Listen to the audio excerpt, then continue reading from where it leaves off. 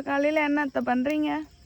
நானா பால் கறந்தாச்சு. அவனை எழுப்பலான்னு பார்த்தேன், வீடியோ பண்ணேன். நீ தூங்கினே இருந்த. சரி ஏன் தூக்கத்துக்கு எழுப்பணும் வந்துட்டான். பால் கறந்தாச்சு. நேற்று முந்தா நல்லா போட்ட வைக்கலாம் போட்டு மெரிச்சிடுது மாடு. அது எடுத்து நிறைய குப்பை சேர்ந்துடக்கூடாது இல்லையா, அதனால் இதெல்லாம் எடுத்து போட்டு கொளுத்துறான்.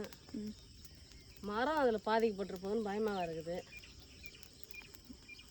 இன்னும் மாட்டு சாணி வேறு அது கிடக்குது. இதெல்லாம் கொளுத்தி விட்டுட்டு மாட்டு சாணி வாரி கொட்டிட்டு மேலே படும்ல டாப்ஸில், அதனால இந்த மாதிரி கட்டிட்டா நம்ம மேலே படாது. அதுக்காக இன்னும் கொஞ்சம் நேரத்தில் மாட்டு சாணி வாரிட்டு கொட்டையெல்லாம் க்ளீன் பண்ணிட்டு பூ எடுக்கணும். ஓகேவா? பூ நீ தான் எடுக்கிற இன்னைக்கு. வா சாணி வார போகிறேன். இன்னைக்கு ஃபுல்லாக என்னத்த வேலை பண்ண போகிறீங்க?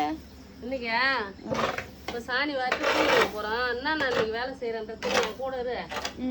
என் கூட இருந்து பாரு. நிறைய வீடியோ எடுக்க வேண்டியதாக இருக்கு இன்னைக்கு. நேற்று தான் நீ வீட்டிலே இருந்த, வரல ஃபார்ம் ஹவுஸுக்கு, அதான் எடுக்கல நேற்று. இன்னைக்கு நீ என்ன எடுக்க போற நீயே பார்க்க போற. என் கூட இருக்கு.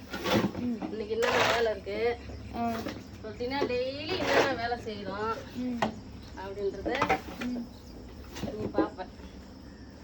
இது வந்து கொஞ்சம் ஈஸியாக இருக்குது சாணி ஆடுறது, கையில் இல்லாமல் இப்படிதான் ஆடுறோம். வந்தவங்க பரவாயில்லையே, 2 நல்ல கருவி சாணி எடுத்து. இல்லை நீங்களே கண்டுபிடிக்கிறீங்களா இல்லை வேற யாருன்னா கண்டுபிடிச்சதா இருக்கா? இதெல்லாம் நிறைய பேர் மாட்டு பண்ண வச்சுக்கிறவங்க பார்த்து செய்கிறாங்கல்ல, அதை பார்த்து செய்கிறேன். அவ்வளோ சாணியை லக்ஷ்மின்னு சொல்லுவாங்களே, உண்மையா? உண்மைதான், அல்லலாம் தான், ஒன்றும் தப்பு இல்லை. நானே அல்லவும் தான். டக்குன்னு ரொம்ப கீழே குனியாமல் இருக்குது. இது நல்லா இருக்குது.